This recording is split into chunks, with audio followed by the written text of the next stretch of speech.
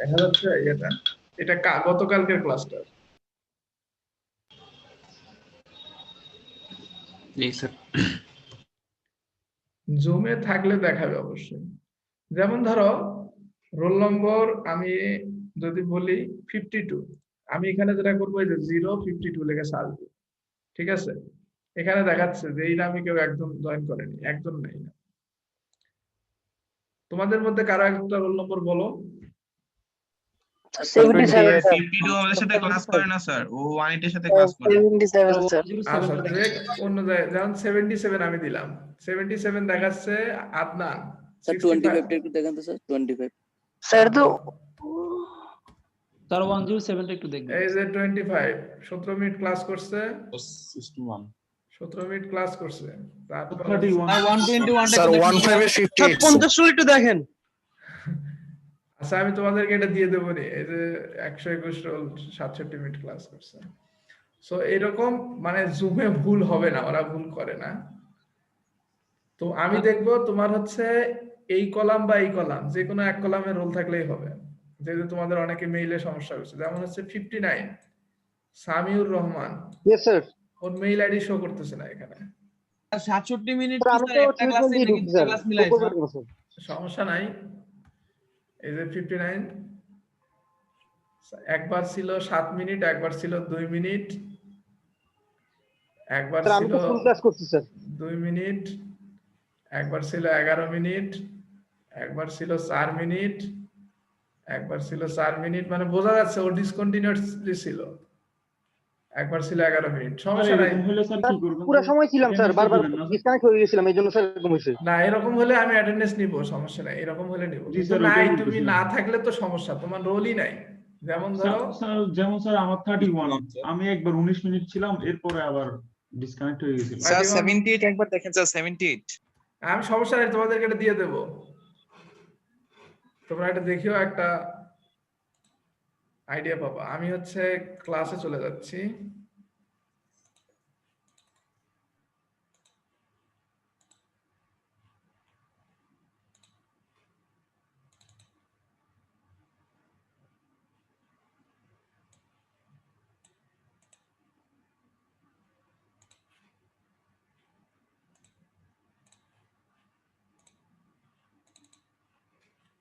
স্লাইডটা দেখতে পাচ্ছ আমার?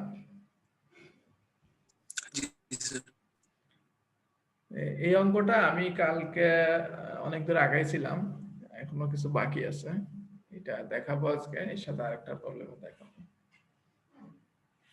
এখানে এই প্রবলেমটাতে একটা স্পেসিফিক ইয়া ছিল, স্ট্রাকচার ছিল, এটার প্রত্যেকটাতে ফ্রি বডি ডায়াগ্রাম আমাকে ড্র করতে বলা ছিল, শ্যাফটে এবং আর্মে। সো এটা আমি গতকালকে তোমাদেরকে দেখাইছিলাম। সো এই ফ্রি বডি ডায়াগ্রাম আঁকানোর পর আমাকে যেটা বের করতে বলছিল এখানে, সেটা হচ্ছে যে compute the maximum of the torsional stress and bending stress in the arm BC. BC তে ম্যাক্সিমা টরশনাল এবং বেন্ডিং স্ট্রেস বের করতে বলেছে। বিসি যে এই যে বারটা আছে, আর্মটা আছে এইটাতে, বিসি আর্মে। তো আমাকে কেউ বলো দেখি এখানে ম্যাক্সিমাম বেন্ডিংটা কোথায় হবে বিসি আর্মের? স্যার মাঝখানে স্যার বি পোরশন, বি পয়েন্টে এটা একটা ক্যান্টিলিভার বিম। আমি বলছিলাম তোমাদেরকে যে প্রত্যেকটাকে ইন্ডিভিজুয়ালি একটা ক্যান্টিলিভার বিম যদি তুমি চিন্তা করো, তাহলে এটা ক্যান্টিলিভার বিম হলে বি পয়েন্টটা ফিক্সড, সি তে আমি লোড দিলাম, তাহলে বি পয়েন্ট ফিক্স, সি তে লোড দিলে, এই ক্যামেরা অফ করো একজন। এর ভিতরে ফুলকপি ভাজি আর কড়াইতে বেগুন ভাজি।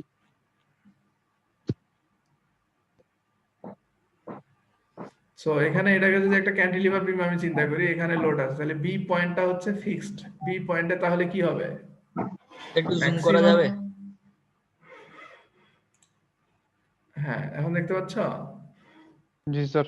সো বি পয়েন্টে যেহেতু এটা ফিক্সড মনে করবো আমি, তাহলে বি পয়েন্টে যদি আমি ম্যাক্সিমাম মোমেন্ট পাই, তাহলে ওখানে বেন্ডিং স্ট্রেসটাও সবচেয়ে বেশি হবে বি পয়েন্টে। আর টরশনাল আরেকটা কথা বলছে, কই গেল টরশনাল স্ট্রেস? আমরা জানি টরশনাল স্ট্রেস কি হয়, কোন জায়গায় ম্যাক্সিমাম থাকে? তোমাদেরকে গতকাল দেখাইছিলাম যে একটা রেক্টেঙ্গুলার ক্রস সেকশনের লম্বা সাইডের মাঝামাঝি থাকে। হ্যাঁ, বৃত্ত আঁকলে ওইটা। তো এটা আমি দেখাইছিলাম কালকে। আচ্ছা যাই হোক, আমরা যাচ্ছি ওই বিতে। বি হলো এই যে দেখো, তাহলে আমি এটা ফ্রি বডি ডায়াগ্রামটা এরকম আঁকাইছিলাম। তাহলে বিতে মোমেন্ট কত ছিল আমার?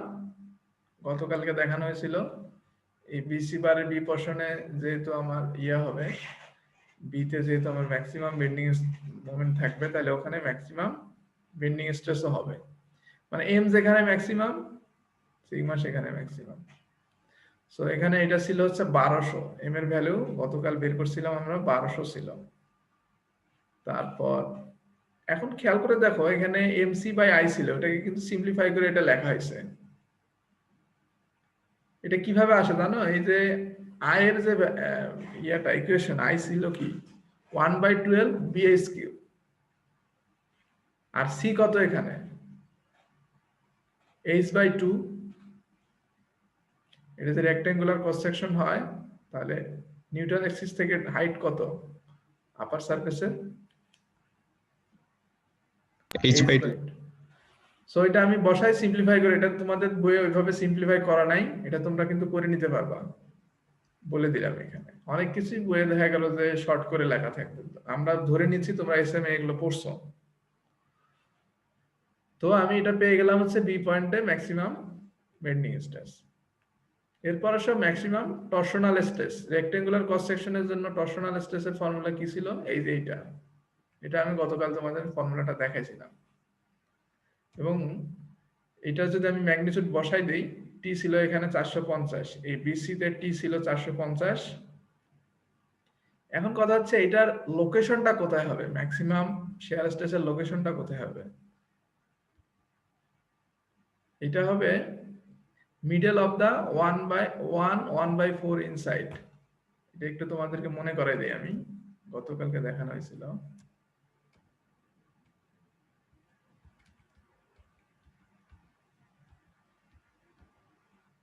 এই যে রেক্টেঙ্গুলার ক্রস সেকশনের জন্য ম্যাক্সিমাম শিয়ার স্ট্রেসটা কোন, টরশনাল স্ট্রেসটা কোন জায়গায় হয়? এই লার্জের যে সাইডটা আছে, লার্জের সাইডের মিডলে, ঠিক আছে? লার্জের সাইডটা ওখানে কি ছিল?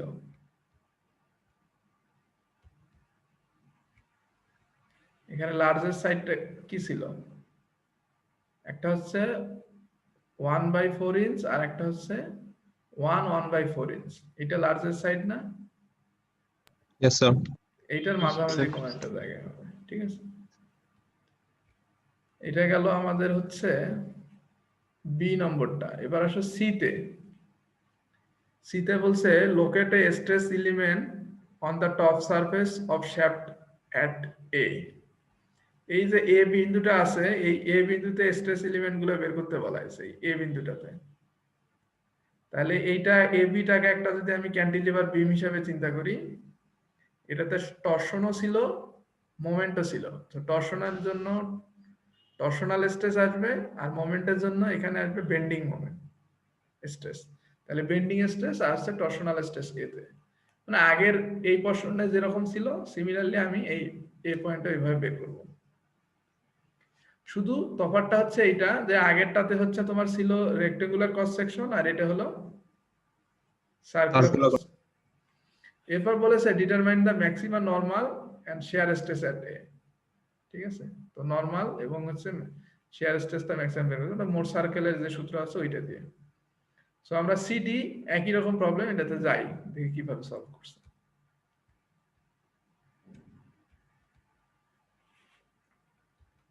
তো এখানে এ পয়েন্টে যদি আমাকে স্ট্রেস কম্পোনেন্ট বের করতে বলা হয়, এক্স ডিরেকশন বরাবর নরমাল স্ট্রেসের ফর্মুলা কি, বা বেন্ডিং স্ট্রেসের ফর্মুলা mc/i।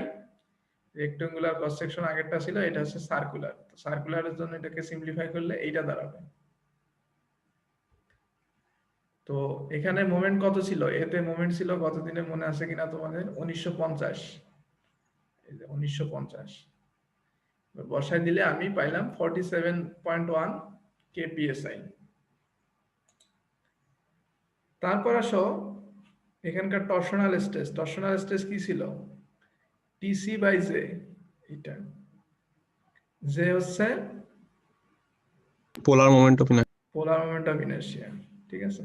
তো জে হচ্ছে 1/32 পাই ডি টু দি পাওয়ার 4। এটাকে যদি সিম্পলিফাই করি এটা হয়। এখন বলতে পারো স্যার এখানে মাইনাস কেন দিছে?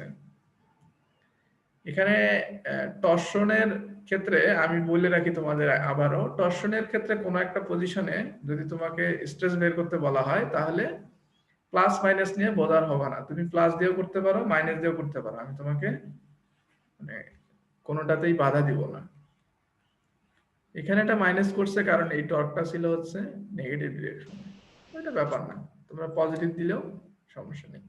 স্যার টাও এক্সজেট কেন হইছে একটু আবার বলতেন, ভুলে গেছি। হ্যাঁ, এটা টাও এক্সাক্ট কেন হয়েছে? আমি যদি এ তে যদি একটা স্ট্রিপ নেই, মানে এ পয়েন্টে আমাকে স্ট্রেসের এলিমেন্ট গুলো নিতে হবে, তো নরমাল স্ট্রেসটা কাজ করবে কোন ডিরেকশন বরাবর? এক্স ডিরেকশন বরাবর। আমি যদি এখানে বেন্ডিং মোমেন্ট দেই তাহলে এটা এক্স ডিরেকশন বরাবর নরমাল স্ট্রেসটা কাজ করবে। শেয়ারটা কাজ করবে কোন প্লেনে? এইটা যদি এখানে চিন্তা করো, এখানে যদি একটা প্লেন, ছোট্ট একটা প্লেন এই বিন্দুতে যদি চিন্তা করো, এই বিন্দুতে ছোট্ট একটা প্লেন যদি চিন্তা করো, ছোট্ট একদম ছোট, তাহলে একটা হচ্ছে এক্স ডিরেকশন বরাবর গেল আমার নরমাল স্ট্রেস, তাহলে আর একটা তল কি থাকলো? এক্স এবং জেড, এই তলটা না? এটা দেখো এক্স, এই যে এটা এক্স, এটা হচ্ছে জেড, এই তলটা না?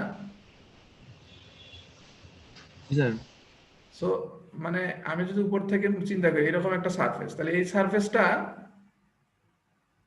এটা কোন প্লেনে আছে? এক্স জেড প্লেনে না? স্যার এই জন্য এখানে এক্স জেড। আর এটাতে এক্স কেন? এটা নরমাল, আর এটা হচ্ছে শেয়ার। তো তোমরা হচ্ছে কনভেনশনটা দেখেও একটু, তোমাদের মোট সার্কেল যখন শুরু করছিলাম আমি তখনই দেখাইছিলাম।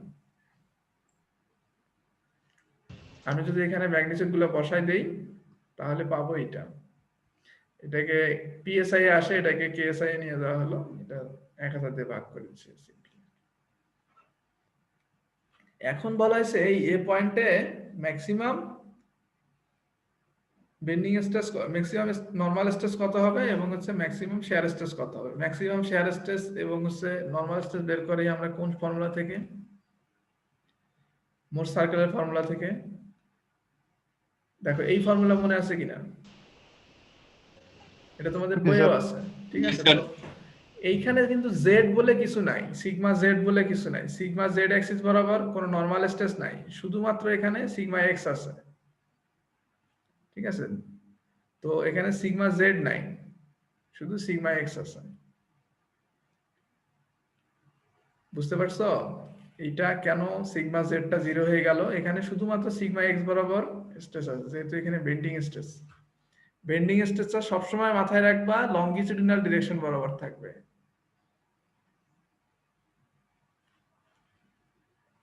সো আমি এখান থেকে ক্যালকুলেশন করে এইটা পাইলাম 51.2। এরপর শেয়ার স্ট্রেস বের করার জন্য কি করব? ম্যাক্সিমাম শেয়ার স্ট্রেস, এই রুডের ভিতর যেটা থাকে ওইটাই কিন্তু হচ্ছে ম্যাক্সিমাম শেয়ার স্ট্রেস। তো দেখো এই ম্যাক্সিমাম শেয়ার স্ট্রেস আমি যদি এখানে আগের শেয়ার স্ট্রেসটা এখানে পজিটিভ হোক আর নেগেটিভ হোক, আলটিমেটলি কিন্তু এটা স্কয়ার হয়ে যাওয়ার কারণে পজিটিভ হয়ে যায়। সো তোমার এখানে চিহ্ন নিয়ে কোনো মাথা ঘামানোর কারণ নেই। এটা হলো তোমার পুরা ম্যাথটা আর কি, গতকাল আর আজকে মিলে পুরোটা। গতকালকে আসলে ভ্যালুগুলা বের করছি আমরা, কি বলে হচ্ছে মোমেন্টের, টর্শনের। আজকে জাস্ট ইকুয়েশনে এগুলো বসায় দেওয়া হলো। স্যার এটা কি দেড় সেটের জন্য না স্যার এক সেটের জন্য স্যার? এক সেট এক সেট বলে কোনো কথা আছে নাকি? না স্যার এটা বিশাল ম্যাথ স্যার এগুলো। না, এক সেটের জন্য আসতে পারে, দেড় সেট বলে কোনো কিছু থাকবে না। পারবা, তোমাদের যখন প্র্যাকটিস হয়ে যাবে না পারবা তখন। আর ফর্মুলা গুলা তারপর হচ্ছে তোমাদের বই দেওয়া থাকবে, তো আলটিমেটলি বই দেওয়া থাকলে অনেক কিছু ইজি হয়ে যায়। আবার অনেক সময় আমি একটা জিনিস খেয়াল করে দেখছি, আমি যখন মেশিন ডিজাইন পরীক্ষা দিছি, তোমার যদি বই সম্বন্ধে ভালো আইডিয়া না থাকে, তুমি শুধু অঙ্কগুলা করলা স্লাইড দেখে, তাহলে কিন্তু ধরা খেয়ে যাবা। কারণ কি, অনেক কিছু তোমাকে বই থেকে নিতে হবে রিডিং। তুমি সব ফর্মুলা হয়তো মনে রাখতে পারবা না, কিছু কিছু বই থেকে তোমাকে নিতে হবে। তুমি যদি বই পরীক্ষার হলে এক পৃষ্ঠা করে উল্টাতে থাকো তাহলে অনেক সময় লাগবে। সেক্ষেত্রে যেটা তোমাদের সাজেশন থাকবে আমার, সেটা হচ্ছে যে বইটা সম্বন্ধে একটা ভালো আইডিয়া থাকা। তুমি যদি প্র্যাকটিস করো বই থেকে, বইটা খুলে, তাহলে যেটা হবে তোমার মানে হাত দিলেই বুঝতে পারবা যে কোন জায়গায় এই সূত্রটা আছে, বুঝছো? আর তুমি যদি পিডিএফ দেখে দেখে করো সেক্ষেত্রে পরীক্ষার হলে গিয়ে একটা ধরা খাবা, আমি এটা বলে দিতে পারি। অন্তত ফর্মুলা গুলো বের করার ক্ষেত্রে এক পৃষ্ঠা করে উল্টাতে হবে। সো মেশিন ডিজাইন বইটা আমার তোমার প্রতি সাজেশন থাকবে, সবাই কিনে ফেলো আর কি, খুব দ্রুত কিনে এটা। কোন এডিশনটা নিব? 9th edition. স্যার কোন রাইটার স্যার? কোন? শিগলি একটাই বই, শিগলি। আমি তো শুরুতে বলছিলাম, আমার স্লাইডের শুরুতে লেখা আছে বইটার নাম শিগলি। আমি তো তোমাদের সফট কপিটা দিয়ে দিছি। ওই সফট কপিটা দিছি এই কারণে যাতে আপাতত চালাতে পারো, কিন্তু সাজেশন থাকবে এইটা, হাইলি রিকমেন্ডেশন যে তুমি অবশ্যই বইটা কিনে প্রবলেমগুলো বই থেকে সলভ করো। এডিশনের মধ্যে কোনো পার্থক্য আছে? না, পার্থক্য নাই। তোমরা 9th এডিশনেরটা নিবা, সব জায়গায় স্যার 10 নিছি যে স্যার 10 ও মিলছে স্যার, মানে আপনি হ্যাঁ যেটা মিলবে, পড়াচ্ছেন সব একই। এটাতে সমস্যা নাই, মিলবে। তো আমার মনে হয় এখানে মেকানিক্যাল ডিপার্টমেন্টে যেটা পরীক্ষায় ফাইনালে দেওয়া হয় সেটা মনে হয় 9th এডিশন। সো তুমি যখন ফাইনাল পরীক্ষায় আসবা তখন 9th এডিশনের বই যদি তোমাকে দেওয়া হয় তখন তো তুমি একটু ইয়া হয়ে যাবে, কাছাকাছি অনেকটা, হয়তো 1 পৃষ্ঠা 2 পৃষ্ঠা এদিক ওদিক হতে পারে, কিন্তু মোটামুটি একই রকম। তো সবাইকে দেওয়া হয় মানে যতগুলো স্টুডেন্ট? হ্যাঁ সবাইকে দেওয়া হবে। এত বই আছে। যদি দেওয়া সম্ভব না হয় তখন বলা হবে তোমাকে তুমি 9th এডিশনের বইটা নিয়ে আসিও, এরকম করে আর কি। আমাদের আমি এখানকার গতবার যেটা দেখছি যে বই দেওয়া হয়, আর হচ্ছে বইটা যেটা আমাদের হতো ওখানেও দেওয়া হতো, ওখানেও বই দেওয়ার পর আরো এক্সট্রা বই থেকে যাইতো। তো এগুলো তো প্রতি বছর বছর কেনা সম্ভব না, এই জন্য 9th এডিশন কিনে রাখছে, ওইটা দিয়েই চলবে সবার আর কি। তো যদি 10 থাকে সমস্যা নাই, করতে পারো আপাতত, কিন্তু দেখবা যে কাছাকাছি মোটামুটি পৃষ্ঠায় একটু এদিক ওদিক, হয়তো বা 1 পৃষ্ঠা 1.5 পৃষ্ঠা এরকম। সো আমি পরের প্রবলেমটাতে যাই। স্যার এত সূত্র মানে কোনটা কোন পৃষ্ঠায় আছে তা তো মনে রাখা কঠিন, পেজে করে লিখে নিয়ে যাওয়া যাবে না? না না না, কোনো কিছু লিখে নিয়ে যেতে পারবে না। ইভেন তোমাকে যদি তুমি সিটি, ধরো যে তোমাকে বললাম আমি সিটি নেব তোমাদের একটা, তুমি বই নিয়ে আসতে পারো, সেক্ষেত্রে বইয়ে কিছু লেখা যাবে না, বইয়ে বাইরে কিছু লিখতে পারবে না, বইয়ে যা লেখা আছে তাই। তুমি যদি এখন মনে করো আমি তো ওপেন বুকে এক্সাম দিব, আমি খালি আমার বুঝতে সুবিধা যেভাবে আমি সূত্রগুলো সেভাবে বিভিন্ন জায়গায় টুকাই লিখে রাখবো, তাহলে কিন্তু নকল হিসেবে গণ্য হবে। বই স্যার ও আসলে ইনডিরেক্টলি কোশ্চেনটাই চাইছে। কোশ্চেনটাই চাইছে না, তোমরা মাথায় রাখবা বই মানে বই, এখানে নিজের কোনো লেখা থাকবে না। নিজের লেখা থাকলে নকল। গতবার একটা রেফ্রিজারেশনে একটা ছেলে এরকম করছিল, সে তাকে শীট আনতে বলা হয়েছিল, সে শীটের পিছনে সুন্দর করে পেন্সিল দিয়ে এমন ভাবে লিখছে, একটু গভীর ভাবে চিন্তা করে মানে দেখলে বোঝা যায় যে সে কি লিখছে, পেন্সিল দিয়ে লিখছে। কিন্তু সে যখন বারবার উল্টাচ্ছিল আমি বুঝতে পারতেছিলাম যে সামথিং রং। তখন আমি তার কাছে গিয়ে যখন দেখি সে হচ্ছে পিছনে নকল করছে, কি লিখছে পিছনে মানে ইয়াগুলো লিখছে, ও রেফ্রিজারেশনের কোন একটা প্রশ্নের হুবহু উত্তরটা লিখে নিয়ে আসছে এবং ওইটা আসছে পরীক্ষায়। পরে ওর পরীক্ষা ওখানেই শেষ, হয়তো পাস করছে, কিছু পানিশমেন্ট হিসেবে আছে। তো তোমরা চেষ্টা করবা বইয়ে যেন কোনো লেখা না থাকে, তা নাহলে সিডি তো এলাও করা হবে না। স্যার বইটা ভাগ দেওয়া যাবে না স্যার, কোনো মানে ইম্পর্টেন্ট জিনিস খুঁজে রাখার জন্য? ইম্পর্টেন্ট জিনিস খুঁজে রাখার জন্য কি করবা? ভাঁজ? না স্যার বইতে আর কি দাগ দিয়ে রাখলাম। না না না, দাগ দেওয়া যাবে না, দাগ দেওয়া যাবে না। স্যার আসলে বই কিনলে তো আসলে দাগানো হয় এজন্য। না, তাহলে এক কাজ করতে হবে, নতুন আরেকটা বই কিনতে হবে পরীক্ষার জন্য। সিটি তো স্যার অনলাইনে শেষ হয়ে যাবে না স্যার ক্লাস? এখন তার মানে হচ্ছে বই কেনার পরে বইগুলো দাগিয়ে দেওয়া যাবে। এখন তুমি যদি চিন্তা করো অনলাইনে সব শেষ হয়ে যাবে, তাহলে আমার বই তো স্যার দেখবে না, আমি এখানে ইচ্ছা মতো দাগাই, সেটা তুমি রিস্ক নিতে পারো। ওটা বলিনি স্যার, ওটা বলিনি এমনি স্যার সিটি তো স্যার ক্লাস তো স্যার এমনি আমি তো মেশিন ডিজাইনের যে সিডি নেব, এটাতে তুমি বই খুলে লিখবা নাকি বই মাথার ভিতর নিয়ে লিখবা নাকি একটা দুইটা বই তুমি ল্যাপটপের উপরেই রাখবা নাকি নোট করে লিখে রাখবা তোমার ব্যাপার। আমি আমি যখন পরীক্ষা নেবো তখন তোমার যা খুশি তাই খুলে পরীক্ষা দিতে পারো। মানে স্যার তাও স্যার কষ্ট হয়ে যাবে স্যার। না কষ্ট হবে না, সিটিতে এই রিভিশন করা হবে। আচ্ছা যাই হোক, আমরা পরের ইয়াটাতে যাই, আমাদের বেশি সময় নেই হাতে। পরে দেখো আরেকটা ম্যাথ আছে, আমি এই ম্যাথটা তোমাদেরকে ডিরেক্ট একটু বুঝাই দেই।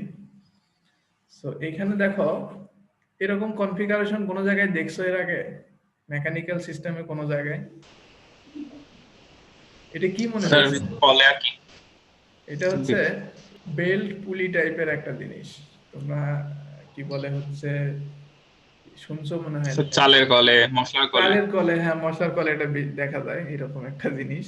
দেখা যাচ্ছে বিশাল একটা শ্যাফট রেখে ওরা স্যার মোটর দিয়ে ঘুরায় বা কয়েকটা কলকে একসাথে চালায়। হ্যাঁ দেখা গেল যে এইটাতে পাওয়ার দিচ্ছে, এইটা থেকে একটাতে পাওয়ার দিচ্ছে, বাকিগুলো থেকে এটাতে ইনপুট দিচ্ছে, বাকিগুলো থেকে আউটপুট নিচ্ছে। এখানে যেমন একটাতে দেওয়া হয়, দুইটা আছে মাত্র, এরকম 5-6টা থাকতে পারে।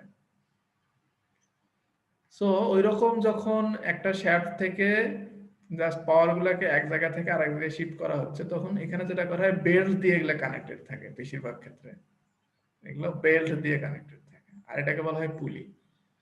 এই জন্য এরকম কনফিগারেশনকে বলা হয় বেল্ট পুলি কনফিগারেশন। সাইকেলের ক্ষেত্রে যেমন আছে, সাইকেলের ওটাকে বলা হয় চেন স্পকেট। চেন হচ্ছে যেটা তো তোমরা চেনই চেন, আর স্পকেট হচ্ছে পুলির মতো যেটা থাকে ওইটা। আর কি রকম আর একটা ট্রান্সমিশন আছে, সেটা হচ্ছে গিয়ার ট্রান্সমিশন। গিয়ারও এইভাবে এক শ্যাফট থেকে আরেক শ্যাফটে পাওয়ার নেওয়া হয়। সো এটার কাজই হচ্ছে মেইনলি একটা শ্যাফট থেকে আরেকটা শ্যাফটে পাওয়ার ট্রান্সমিশন করা। সো এখানে ঘটনা কি ঘটে অ্যাকচুয়ালি এরকম যখন কোনো কেস দাঁড়ায় তখন, সো দেখো দুইটা তো একটা বেল্ট যখন এভাবে কানেক্টেড থাকে, দুইটা পোরশন থাকে, একটা আপার একটা লোয়ার, যেমন এখানেও দুইটা, দুই সাইডে তো একই রকম ফোর্স থাকে না, একটাতে কম থাকে একটাতে বেশি থাকে, তা না হলে তো জিনিসটা আর ঘুরতো না, কম বেশি থাকার কারণে ঘোরে, তাই না? তাহলে আবার সিমিলারলি দেখো এটার ক্ষেত্রেও কম বেশি আছে, ফোর্সের কম বেশি আছে। তাহলে আমি যদি এটাকে একটা বিম হিসেবে চিন্তা করি, এ কিন্তু একটা ফোর্স দিচ্ছে, এও একটা ফোর্স দিচ্ছে, তাহলে আলটিমেটলি দুইটা রেজাল্টেন্টটা কত? এখানে 200 আর 100 মিলে কত হবে রেজাল্টেন্ট?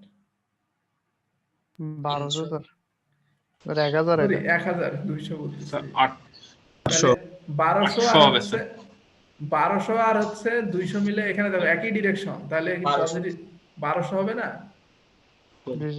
1200 হবে। এবং কিন্তু দেখো দুইটা দুই পজিশনে আছে, তাহলে এইটার জন্য একটা মোমেন্ট থাকবে, এইটার জন্য একটা মোমেন্ট থাকবে। তাহলে এই বেল্ট আমরা বিমটার উপর চিন্তা করতেছি তাই না? হ্যাঁ আমরা এই বিমটার উপর চিন্তা করতেছি, শ্যাফটের উপর চিন্তা করতেছি। শ্যাফটটাকে আমরা একটা বিম হিসেবে মনে করব, শ্যাফটটাকে একটা বিম হিসেবে চিন্তা করব। তাহলে এই শ্যাফটটাকে যদি একটা বিম হিসেবে চিন্তা করি, তাহলে খেয়াল করে দেখো এই পোরশনটা ফোর্স দিচ্ছে টোটাল 1200, এই পোরশনটা ফোর্স দিচ্ছে 500 আর একে 600, তাই না? তাহলে এই ফোর্স গুলা দিচ্ছে ভালো কথা, সাথে সাথে কিন্তু সে একটা এখানে টর্কও দিচ্ছে, তাই না? জি স্যার। যেহেতু ঘোরাচ্ছে সে। সো যাই হোক, এরকম একটা কেসের জন্য আমাকে এখানে বের করতে বলা হয়েছে। এখানে আর কি কি দেয়া আছে আমার আসলে, দেখো এখানে যে 1.5 মিটার ডায়ামিটার আছে শ্যাফটের, তারপর হচ্ছে বি পুলির ডায়ামিটার হচ্ছে 4 ইঞ্চ, এই যে 4 ইঞ্চ, 1.5 ইঞ্চ হচ্ছে শ্যাফটের, আর বি পুলির হচ্ছে শুধু 4, আর সি পুলির ডায়ামিটার হচ্ছে 8 ইঞ্চ। তার মানে সবগুলো ডায়ামিটার দেয়া আছে। Considering bending and torsional stress only, শুধুমাত্র বেন্ডিং এবং টরশনাল স্ট্রেস চিন্তা করতে বলা হয়েছে আমাকে এখানে। Determine the location and magnitude of greatest tensile compressive and shear stress.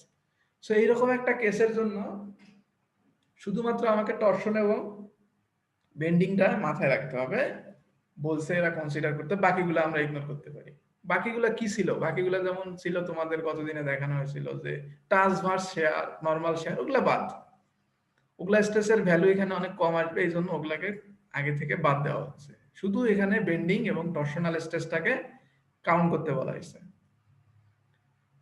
করে এখানে টেনসাইল কম্প্রেসিভ শিয়ার স্ট্রেস এগুলো বের করতে বলা হয়েছে। একদম সিম্পল। তো শুরুতে আমাকে কি করতে হবে, ফ্রি বডি ডায়াগ্রাম আঁকাতে হবে। সো দেখো খেয়াল করে, আমি এটা একটা ফ্রি বডি ডায়াগ্রাম এখানে দেখাইছি, বইয়ে আছে তোমাদের এটা। এখানে বলছিলাম যে দুইটা ফোর্স, একটা ছিল 1000 আর একটা ছিল 200, দুইটা মিলে দেখো কত হয়েছে, 1200। দেখো এখানে একটা টর্ক অ্যাড করা হয়েছে, এই টর্কটা এই দুইটা ফোর্স থেকেই আসছে। এখন এইটা 1600 হলো কিভাবে, কেউ বলতে পারবা? 800 into 4 800 ইন্টু 4, 400 into 4 না 800 into 4 800 ইন্টু 4 না, অ্যাকচুয়ালি দেখো ওটা হবে 800 ইন্টু 2, বা এইভাবে চিন্তা করতে পারে। এই পুলিটার ক্ষেত্রে এই যে 200 এলবি আছে, এ কত মোমেন্ট ক্রিয়েট, এ কত টর্ক দিচ্ছে এখানে, এই 200 যেটা, এ টর্ক দিচ্ছে কত, 200 ইন্টু এই রেডিয়াস, 200 ইন্টু রেডিয়াস হচ্ছে 400 2, 400 400, এ দিচ্ছে 400, আর হচ্ছে 1000 ইন্টু 2, 2000।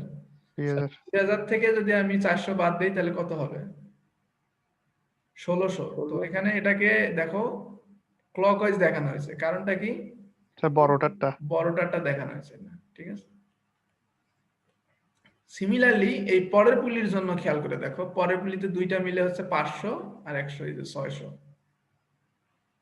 আর এখানে যে টর্কটা ওইটাও দেখো খেয়াল করে, এখানে 500 ইন্টু ডিস্টেন্স হলো 4, 500 আর 4 হলো গুণ করলে কত হয়, 2000। আর এই পাশে হলো 400 আর 100 গুণ করলে 400, 100 আর ডিস্টেন্স 4 গুণ করলে হয় 400। তো 2000 থেকে 400 বিয়োগ দিলে হবে 1600। দেখো এইটা ছিল হচ্ছে ক্লকওয়াইজ, এইটা অ্যান্টি ক্লকওয়াইজ হয়ে গেছে। তাহলে টর্ক গুলা একটা আরেকটাকে কি করে ফেলছে, ব্যালেন্স করে ফেলছে এটা, তাই না? তাহলে সিমিলারলি ফোর্স গুলাকে আমার কি করতে হবে, ব্যালেন্স করতে হবে না? তা না হলে তো এটা স্ট্যাটিক ইকুইলিব্রিয়ামে থাকবে না। দেখবা ফোর্স গুলাকে যখন আমরা ব্যালেন্স করব, তখন এই যে রিঅ্যাকশন ফোর্স গুলো এগুলো আসবে। তো আমরা কিভাবে করব এটা, এটা তো 2 ডাইমেনশনে আর না, এটা 3 ডাইমেনশনাল হয়ে গেছে। তো শুরুতে আমরা একটা প্লেন নেব, তারপরে আরেকটা প্লেন নেব, দুইটা প্লেন দিয়ে অ্যানালাইসিস করব। সো আমি যদি শুরু, আচ্ছা আরেকটা কথা এখানে, সেটা হচ্ছে যে এগুলো কিন্তু টর্শনের জন্য কাজ করবে, এই যে এগুলো, এই 1600 এই 1600 এগুলো কিন্তু টর্শনের জন্য কাজ করবে, কিন্তু বেন্ডিং এ এদের কোনো ইফেক্ট নাই, ঠিক আছে, শুধু টর্শন এগুলো। এরপর আসো ফ্রি বডি ডায়াগ্রামে। আমি যদি এক্স ওয়াই প্লেনটা চিন্তা করি, এক্স ওয়াই প্লেন বলতে এই যে এটা উপরের অংশটা এক্স ওয়াই প্লেন, এইটা এভাবে যদি চিন্তা করি এক্স ওয়াই প্লেন, তাহলে এক্স ওয়াই প্লেনের এ প্রান্তে একটা রিঅ্যাকশন থাকবে, ডি প্রান্তে একটা রিঅ্যাকশন থাকবে। আর এক্স ওয়াই প্লেনে দেখো সি পয়েন্টে একটা ফোর্স আছে 600, এই যে সি পয়েন্টে একটা ফোর্স আছে 600। এটুকু বুঝতে পারলা? জি স্যার। এরপর যদি তুমি এখানে বেন্ডিং মোমেন্ট ডায়াগ্রাম আঁকাও, আঁকানোর জন্য কি লাগবে আমাকে, অবশ্যই এই দুই প্রান্তের রিঅ্যাকশন লাগবে। কেমনে বের করবো, ওই যে তোমরা সামেশন অফ এফ এক্স, তারপর কোন একটা পয়েন্টের রেসপেক্টে মোমেন্ট নিয়ে তোমরা এটাকে জিরো করে দেখবে যে দুইটা রিঅ্যাকশন পাবে, একটা হলো 200, একটা হলো 400। ওই যে দেখো ওই 200টা এখানে লেখা আছে, যে 200, এই যে 400, এই যে 200, এই যে 400। এরপর যদি আমি এখান থেকে মোমেন্ট ডায়াগ্রামটা আঁকাই, দেখো আমি কিন্তু শেয়ার ফোর্স ডায়াগ্রামটা স্কিপ করে গেছি এখানে, কারণ এখানে শেয়ার ফোর্সের কোনো প্রয়োজন নাই, আমার এখানে মোমেন্টটা আঁকালেই হবে। তো মোমেন্ট ডায়াগ্রাম আমি এখানে আঁকাইলাম। মোমেন্ট ডায়াগ্রাম তো আঁকাতে পারো তোমরা, তোমরা চাইলে শেয়ার ফোর্স ডায়াগ্রাম আঁকাও, মোমেন্ট ডায়াগ্রাম আঁকাতে পারো। সো এটার মোমেন্ট ডায়াগ্রাম আমি আঁকাইলাম, আঁকাই দেখলাম এরকম আসলো।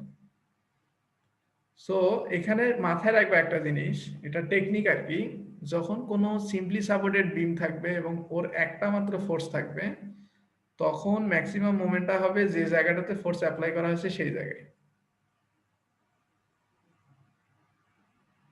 আবার যখন ক্যান্টিলিভার বিম হবে, তখন ম্যাক্সিমাম মোমেন্টটা হবে যে জায়গায় ফিক্সড করা আছে ওই জায়গাটাতে। এগুলো টেকনিক আর কি, তুমি এখন মেশিন ডিজাইন করতেছো, তোমার যদি কোনো জায়গায় ভুল হয় তুমি নিজে নিজে শোধরাতে পারবা। স্যার আবার একটু বলে দিন। ক্যান্টিলিভার বিমের ক্ষেত্রে ম্যাক্সিমাম মোমেন্টটা হয় হচ্ছে যে জায়গায় ফিক্সড করা থাকে, আর সিম্পলি সাপোর্টেড, এটা একটা simply supported beam, simply supported বিমের ম্যাক্সিমাম মোমেন্টটা হবে যে জায়গায় ফোর্সটা থাকবে ওই জায়গাটাতে। বুঝছো? জি স্যার বুঝতে পারছি। ওকে। আর হচ্ছে এই মোমেন্ট ডায়াগ্রাম তো আঁকাতে পারবা না, নাকি এটা দেখাতে হবে? পারবো স্যার। পারবা, আশা করি। এরপর আমরা এক্স ওয়াই প্লেন থেকে আরেকটা প্লেনে চলে যাই, সেটা হচ্ছে X Z plane. X Z প্লেনের ক্ষেত্রে ফোর্স কত? এখানে বিতে একটা ফোর্স আছে, সেটা হচ্ছে 1200। এই যে বিতে আছে 1200, সিতে কোনো ফোর্স নাই। এই 1200 থেকে আমরা হচ্ছে এ এবং ডিতে আগের মতো সিমিলারলি রিঅ্যাকশন ফোর্সটা বের করবো। একটাতে আসবে 800, একটাতে আসবে 400। এই যে 800, এই যে 400।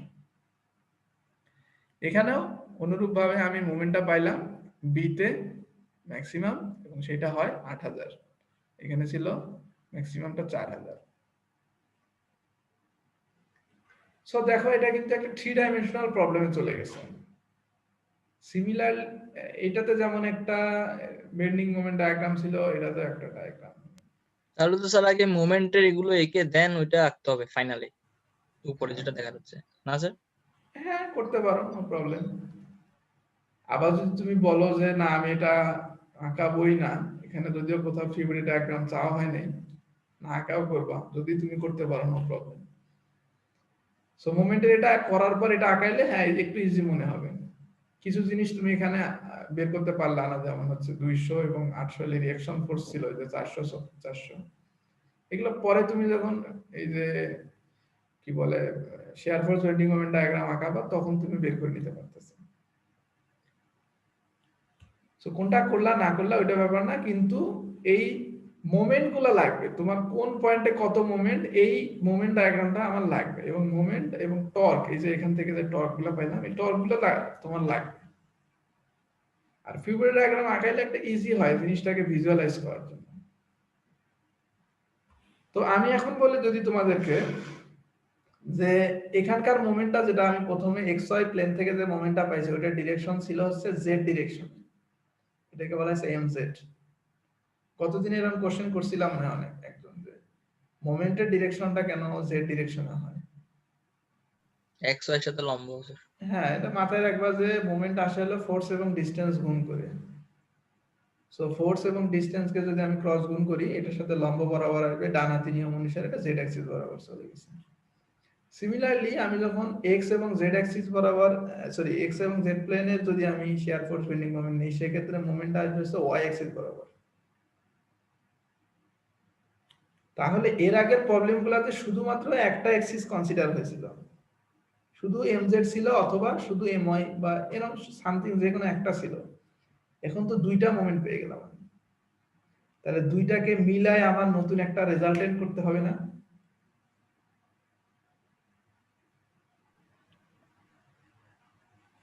কি হলো? Yes sir. জি স্যার। সো দুইটা পারপেন্ডিকুলার ভেক্টরকে রেজাল্টেন্ট করলে কি হয়? দুইটা পারপেন্ডিকুলার ভেক্টরকে রেজাল্টেন্ট করে কিভাবে আমরা, মনে আছে? নতুন একটা ভেক্টর তৈরি হয় দুইটা লম্ব দিকে। না, রেজাল্টেন্ট দুইটা, ধরো যে আমি যদি তোমাদেরকে একটু বলি, ধরো এরকম দুইটা ভেক্টর আছে, একটা এক্স এর অ্যাক্সিসে, একটা জেড অ্যাক্সিসে। তাহলে দুইটাকে যদি তুমি রেজাল্টেন্ট করো, রেজাল্টেন্টটা কোন দিকে হবে? স্যার 45 ডিগ্রি অ্যাঙ্গেলে স্যার 45 এ না, এটা অ্যাকচুয়ালি কোন একটা এদের ডিরেকশন মাঝখানে। বরাবর। আচ্ছা স্যার, ভ্যালু যদি সমান না হয় কেমন? তো এটা আমরা দেখবো এর পরের স্লাইডে।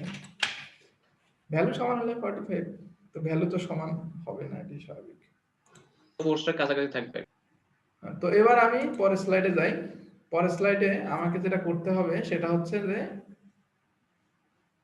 আমার টার্গেট কি ছিল এটা ভুলে গেলে চলবে না। আমার টার্গেট ছিল হচ্ছে গ্রেটেস্ট টেনসাইল, কম্প্রেসিভ এবং শেয়ার স্ট্রেস বের করতে হবে। গ্রেটেস্ট টেনসাইল, শেয়ার স্ট্রেস এবং কম্প্রেসিভ স্ট্রেস, এগুলো বের করতে হবে। তার মানে আমাকে মোমেন্ট লাগবে ম্যাক্সিমাম, টরশন লাগবে ম্যাক্সিমাম, সব ম্যাক্সিমাম গুলো বের করতে হবে। তো এখানে বি পয়েন্টে ম্যাক্সিমাম হবে নাকি সি পয়েন্টে ম্যাক্সিমাম হবে, এটা তো আমরা জানি না রেজাল্টেন্ট করার ফলে। সো আমরা ইন্ডিভিজুয়ালি বি তে একবার রেজাল্টেন্ট করব, একবার সি তে একবার রেজাল্টেন্ট করব, দেখি কিভাবে করব আমরা। তো বি তে মোমেন্ট ছিল একটা হলো ওয়াই ডিরেকশন বরাবর, সেটা হচ্ছে এম ওয়াই। জেড ডিরেকশন বরাবর একটা ছিল, সেটা হচ্ছে এম জেড। রেজাল্টেন্টটা কোন দিকে হবে? এই দুটার মিডলে কোন এক ডিরেকশন বরাবর, এবং এই অ্যাঙ্গেলটাকে বললাম আমি বিটা। এরপর আমি যেটা করলাম ওই রেজাল্টেন্টটা বের করলাম, একবার বি পয়েন্টে বের করছি, একবার সি পয়েন্টে বের করছি। যখন বি পয়েন্টে বের করছি তখন কি কি ছিল মোমেন্ট, এমআই কত ছিল আর এমজেড কত ছিল। একটাতে পাইছি 2000, একটাতে পাইছি 8000, এই যে 2000 8000। যখন সি পয়েন্টে গেছি, সি পয়েন্টে একটাতে ছিল 4000 আর একটাতেও ছিল 4000, এই যে 4000 4000। তো দুইটা থেকে আমি এখানে কি দেখতে পাচ্ছি, কোন পয়েন্টে ম্যাক্সিমাম মোমেন্ট? বি, বিতে। বিতে। এখন বিতে। তোমরা আমাকে কোশ্চেন করতে পারতো যে স্যার এটা বি সি তেই নেওয়া হলো কেন, এখানে তো অসংখ্য পয়েন্ট আছে মাঝখানে, অন্য পয়েন্টগুলোতেও তো হতে পারতো। সো এখানে ওগুলো তো মজার moment ব্যাপার, পয়েন্টগুলোতে হাইয়েস্ট হবে না। হ্যাঁ ওই পয়েন্টগুলোতে হাইয়েস্ট হবে না, এটা একটা হাইয়েস্ট টেকনিক। মোমেন্টস হাইয়েস্ট মোমেন্টটা সবসময় ফোর্স গুলো যে জায়গায় অ্যাড করে ওই জায়গাগুলোতেই হয়। বুঝতে। সো এখানে কোন পয়েন্টে হাইয়েস্ট মোমেন্ট আমি পেয়ে গেলাম? B point. পয়েন্টটা হাইয়েস্ট মোমেন্ট। বি পয়েন্ট, তাই না? বি পয়েন্টে হাইয়েস্ট মোমেন্ট পেয়েছি। তাহলে আমার ইন্টারেস্ট থাকবে এখন বি পয়েন্ট নিয়ে, আমি আর সি নিয়ে কোনো চিন্তা করব না, কারণ সি তে তো মোমেন্ট ম্যাক্সিমাম না। তো আমাকে ম্যাক্সিমাম বের করতে যেহেতু বলা হয়েছে ওইটা বি পয়েন্ট। আচ্ছা তোমরা বলতে পারো সব প্রশ্নে কেন খালি ম্যাক্সিমামটাই চাই? ব্রেক করে তো ম্যাক্সিমামই ফেল করবে, সো ম্যাক্সিমামটা নিয়ে আমাদেরকে চিন্তা করতে হয়। মানে কন্ডিশনটা। তাহলে এখন আমরা যেটা করব, এরপর আরেকটা জিনিস, ও ডিরেকশনটা কত হবে? ম্যাক্সিমাম যে মোমেন্টটা পাইলাম এটা ডিরেকশনটা আমি যদি এটাকে বিটা বলি তাহলে tan ইনভার্স কত হবে? লম্ব বাই ভূমি। লম্ব হচ্ছে এই যে এখানে my ডিভাইডেড বাই সেম, লম্ব হচ্ছে 800 সরি 8000 আর ভূমি হচ্ছে 2000, 76 ডিগ্রি পাইলাম। এটা পরে লাগবে কাজে, লোকেশন বের করার জন্য। সো আমি এখান থেকে একটা কনক্লুশনে গেলাম, আমি বি পয়েন্ট নিয়ে আমি এখন চিন্তা করব। বি পয়েন্টে আমি বেন্ডিং স্ট্রেস বের করব, বি পয়েন্টে টরশনাল স্ট্রেস বের করব। কেউ কিছু বললা? আচ্ছা, সো এট লোকেশন ওই যে এ আর ডি পয়েন্ট গুলো তো স্যার পয়েন্ট অ্যাপ্লাই হইছে স্যার, এ এবং ওগুলোতে বি কি পয়েন্টে আমরা ক্যালকুলেট করে দেখব? আবার বলো। স্যার ফোর্স অ্যাপ্লাই হইছে এ এবং ডি তে, গুলোতেও এ ডি পয়েন্টে তো মোমেন্টই নাই, জিরো নাই। স্যার ওখানে সিম্পলি সাপোর্টেড বিমের কিন্তু সবসময় মাথায় রাখবা, সিম্পলি সাপোর্টেড বিমের ক্ষেত্রে এন্ড গুলাতে মোমেন্ট বেসিক্যালি জিরো থাকে। আচ্ছা আচ্ছা স্যার। ওকে, এবার আসি আমরা বেন্ডিং স্ট্রেস যদি বের করতে চাই তাহলে সিগমা কত হবে লোকেশন বি এর জন্য? আর যেহেতু এটা সার্কুলার ক্রস সেকশন আমি ওই আগের মতো এটা সিম্পলিফাই করে নিছি। কত নিতে হবে মোমেন্ট? এই যে 8246, 8246 মোমেন্ট নিলাম 8246। বাকি ডাইমেনশন গুলা ডি বলে দেওয়া ছিল 1.5 ইঞ্চি, এই যে শ্যাফটের এই যে 1.5 ইঞ্চি। সো এটা করে আমি পাইলাম প্রায় 25 কে পিএসআই স্ট্রেস। এরপর যদি তোমাকে ম্যাক্সিমাম শিয়ার স্ট্রেস বের করতে বলা হয় টরশনাল স্ট্রেস, তাহলে ওইটা কিভাবে পাবো? ওইটাও এই যে টি দিয়ে পাইতে হবে, ফর্মুলা ছিল এরকম, এটাকে সিম্পলিফাই করলে এটা হয় টিসি বাই জে। মনে আছে কিনা টিসি বাই জে? কত প্রবলেমে দেখানো হয়েছে। সো আমি এখান থেকে যদি টি এর ভ্যালুটা বসাই দিই, টি কত পাইছিলাম? 1600। টি ছিল ওই যে টর্কটা, বসাই দিলে পাচ্ছি 2.414 kpsi। ঠিক আছে, এখন একটা জিনিস তোমাদের এখানে একটু দেখতে হবে, সেটা হলো যে এই যে আমাকে বের করতে বলা হয়েছে maximum share, maximum tension, maximum compression, তাহলে এই লোকেশন গুলো কোথায় হবে?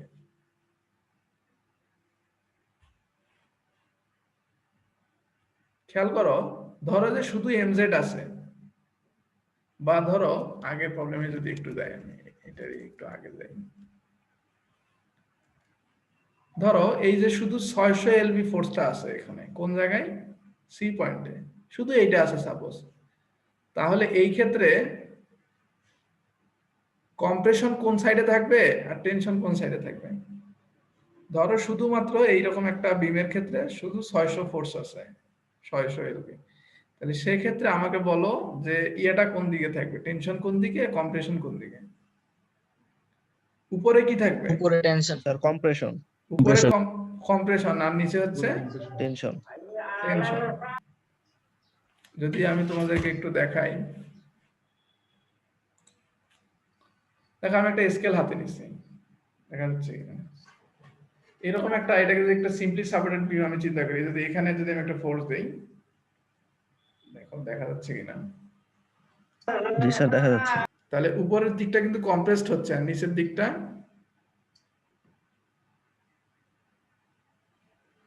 টেনশন পাচ্ছে, তাই না? তাহলে এরকম ক্ষেত্রে উপরের দিকটাতে থাকে কম্প্রেশন আর নিচে থাকে টেনশন। সো এটা তো একটা ফোর্সের জন্য, যখন কম্বাইন্ড হবে সেক্ষেত্রে কি হবে? যখন দেখো এখানে দেখো এইদিকে একটা মোমেন্ট ছিল, এইদিকে একটা মোমেন্ট ছিল, এই দুইটা রেজাল্টেন্টটা হচ্ছে এইটা। তাহলে মোমেন্ট যেই দিকে থাকে সেটার হচ্ছে 90 ডিগ্রি অ্যাঙ্গেলে কম্প্রেশন, 90 ডিগ্রি অ্যাঙ্গেলে টেনশন। তাহলে এই দুইটা রেজাল্টেন্ট যদি হয় এইটা, তাহলে এই রেজাল্টেন্টের সাথে 90 ডিগ্রি অ্যাঙ্গেলে থাকবে হচ্ছে ম্যাক্সিমাম কম্প্রেশন আর ম্যাক্সিমাম টেনশন। কারণ আগে তো ছিল একটা প্লেনের জন্য, এখন দুইটা প্লেনের জন্য করলে রেজাল্টেন্টটা যেদিকে হলো সেইটার সাথে চিন্তা করতে হবে আমাকে। আবার একটু বললে ভালো হতো। যদি চিন্তা করো যে শুধুমাত্র এইটা আছে, শুধুমাত্র এই যে এমওয়াই আছে, ঠিক আছে, শুধু যদি এইটা থাকতো তাহলে কি হতো? তাহলে এইটার সাথে 90 ডিগ্রি অ্যাঙ্গেলে কম্প্রেশন টেনশন। বুঝছো ব্যাপারটা? আগেরটাতে যদি আবার যাই একটু, তোমাদের বুঝতে অসুবিধা হচ্ছে, আসলে অনেক কিছু তো। যেমন এইটার ক্ষেত্রে খেয়াল করে দেখো, তো মোমেন্টটা ছিল এটার ক্ষেত্রে জেড ডিরেকশন বরাবর, তাই না? তাহলে জেড এর সাথে 90 ডিগ্রি অ্যাঙ্গেলে উপরে হচ্ছে কম্প্রেশন আর নিচে হচ্ছে টেনশন। তার মানে মোমেন্ট যেই দিকে থাকে তার সাথে 90 ডিগ্রি অ্যাঙ্গেলে থাকে হচ্ছে টেনশন আর কম্প্রেশন। এটার ক্ষেত্রে হচ্ছে এমজেড, জেড ডিরেকশন বরাবর। এখন জেড এর উপরে থাকে হচ্ছে এখানে কম্প্রেশন আর নিচে হলো টেনশন। তার মানে মোমেন্ট যেই দিকে থাকবে তার উপরে থাকবে কম্প্রেশন আর নিচে থাকবে টেনশন, এবং অ্যাঙ্গেলটা কত হবে? 90 ডিগ্রি। জি স্যার। তাহলে দুইটা মিলে যখন রেজাল্টেন্ট হবে তখন আমাকে রেজাল্টেন্ট মোমেন্টটা দেখতে হবে। দেখো দুইটা মিলে যখন রেজাল্টেন্ট হবে, রেজাল্টেন্ট হলো এইটা, জি স্যার জি।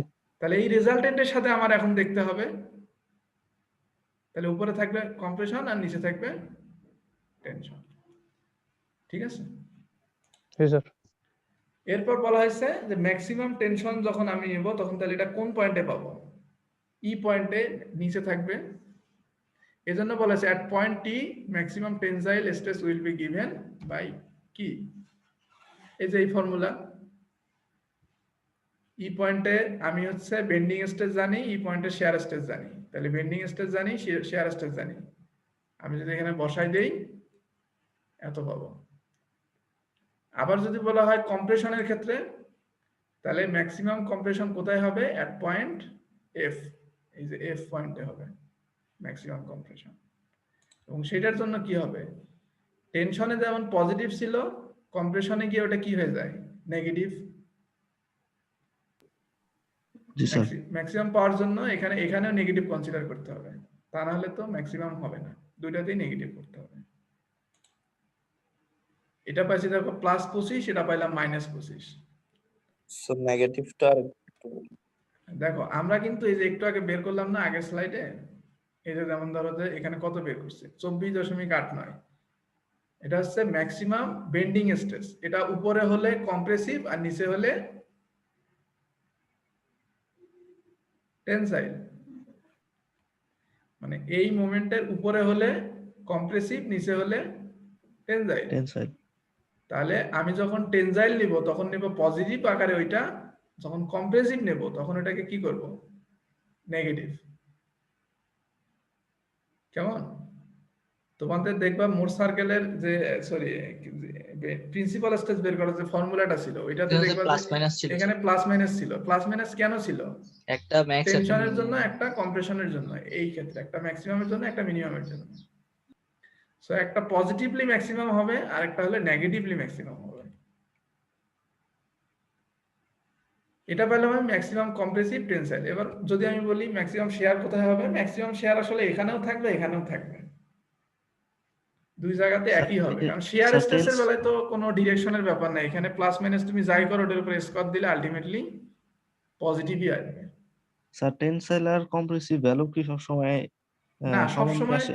সবসময় একই আসবে না। যেমন এই ক্ষেত্রে এটা যেহেতু একটা সার্কুলার উপর এবং নিচের ডিস্টেন্সটা দেখো নিউট্রাল অ্যাক্সিস থেকে একই ডিস্টেন্সে। কেমন একই ডিস্টেন্সে হইলে নিউট্রাল অ্যাক্সিস থেকে আপার পয়েন্ট এবং লোয়ার পয়েন্টের ডিস্টেন্স সেম হলে সেক্ষেত্রে ভ্যালুটা একই হবে, খালি একটা পজিটিভ হবে একটা নেগেটিভ হবে। স্যার রেক্টেঙ্গুলার এটা সম্ভব না? রেক্টেঙ্গুলারে সম্ভব। কিছুদিন পরে তোমাদেরকে হয়তো কার্ভ বিম যখন শুরু করব তখন দেখবা যে মানে কোন দিকে বেশি আসতেছে কোন দিকে কম আসতেছে। এত সূত্র মনে থাকবে? ওইটাও মানে তোমরা বই থেকে রিড করবে, এগুলো তো বইয়ে আছে। স্যার এখানে টর্কের মান যদি দুইটা আসতো, এখানে তো 1600 আসছে, সেই ক্ষেত্রে আমরা কি করতাম? 1600 দুইটাই সেম আসবে, তা না হলে তো স্ট্যাটিক ইকুইলিব্রিয়ামে থাকবে না, বুঝো নাই? এটা ভালো কোশ্চেন করছো, এটা আমার একটু বলা উচিত ছিল। যেমন হচ্ছে এখানে 1600 আমরা বসাইছি টর্কের ভ্যালু 1600 বসাইছি। ও বলছে যে 1600 যদি না হইতো, একটা 1600 হইতো একটা 1800 হইতো, তাহলে কোনটা নিতাম? তো এখানে মজার ব্যাপার হলো দুইটাই 1600 থাকবে, তা না হলে তো এটা স্ট্যাটিক ইকুইলিব্রিয়ামে থাকবে না। বুঝছি স্যার। এবং এখানে প্রত্যেকটা জায়গায় শেয়ার স্ট্রেস কিন্তু একই রকম, সরি টরশনাল শেয়ার স্ট্রেস যেটা ওটা একই রকম। কারণ হচ্ছে এই রিজনে প্রত্যেকটা জায়গাতেই হচ্ছে এই যে 1600 এলবি ইঞ্চ টর্ক আছে, এবং এটা আউটার সার্কেলে বেশি। এটা তোমাদেরকে আমি দেখাইছিলাম, একটা সার্কুলার ক্রস সেকশনের জন্য টরশনাল স্ট্রেসটা আউটার সার্কেলে বেশি হয়। এই জন্য দেখবা যে আমি যখন এখানে বলছি পজিশনের কথা, এই যে এখানে যখন পজিশনের কথা বলছি তখন কিন্তু বলছি অকুরস এট ই এন্ড এফ, ই এবং এফ দুই পজিশনের জন্যই বলে দিছি। এখন বলো আর কোনো কোশ্চেন আছে কিনা? কারণ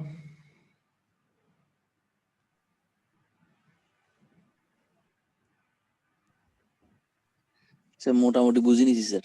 হ্যাঁ, এই প্রবলেমটা কিন্তু ইজি আছে একটু আগেরগুলোর তুলনায়। এটাতে জাস্ট দুইটা প্লেন আলাদা আলাদা ভাবে।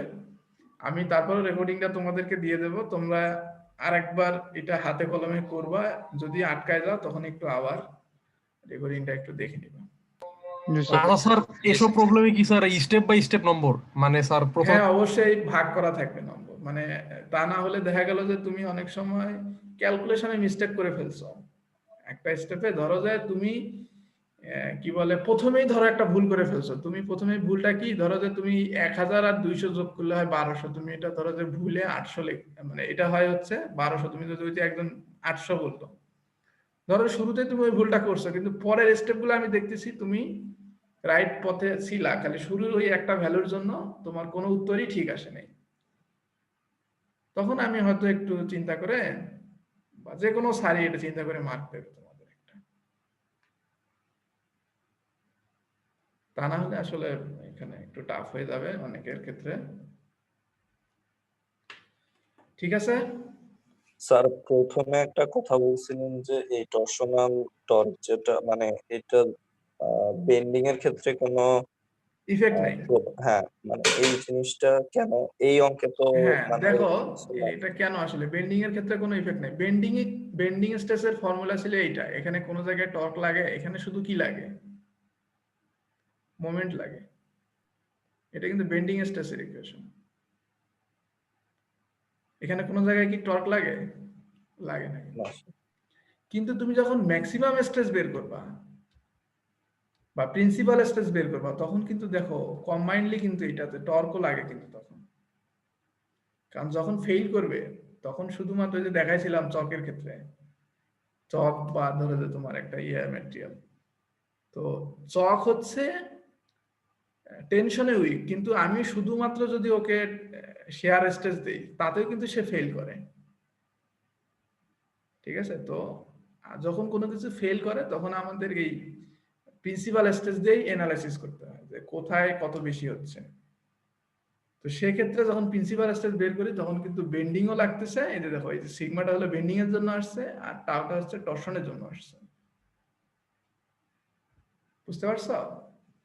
কিন্তু যদি তোমাকে বলা হয় শুধু তুমি বেন্ডিং স্টেজ বের করো, সেক্ষেত্রে কিন্তু টর্শনের কোনো এখানে সম্পর্ক থাকে। কিন্তু তোমাকে যদি বলা হয় প্রিন্সিপাল স্টেজ বা ম্যাক্সিমাম টেনজাইল স্টেজ বের করো, সেক্ষেত্রে দুইটাই লাগবে। ওকে, আশা করি বুঝতে পারছো তোমরা। আমি শেষ করতেছি এখানেই, অনেক ইয়া হয়ে গেছে, একটা পার হয়ে গেছে। তোমরা আবার নেক্সট বৃহস্পতিবার এইরকম সময়ে জয়েন করবে ইনশাআল্লাহ মিটিং এ। ওকে স্যার, আসসালামু আলাইকুম স্যার। আসসালামু আলাইকুম স্যার। আসসালামু আলাইকুম।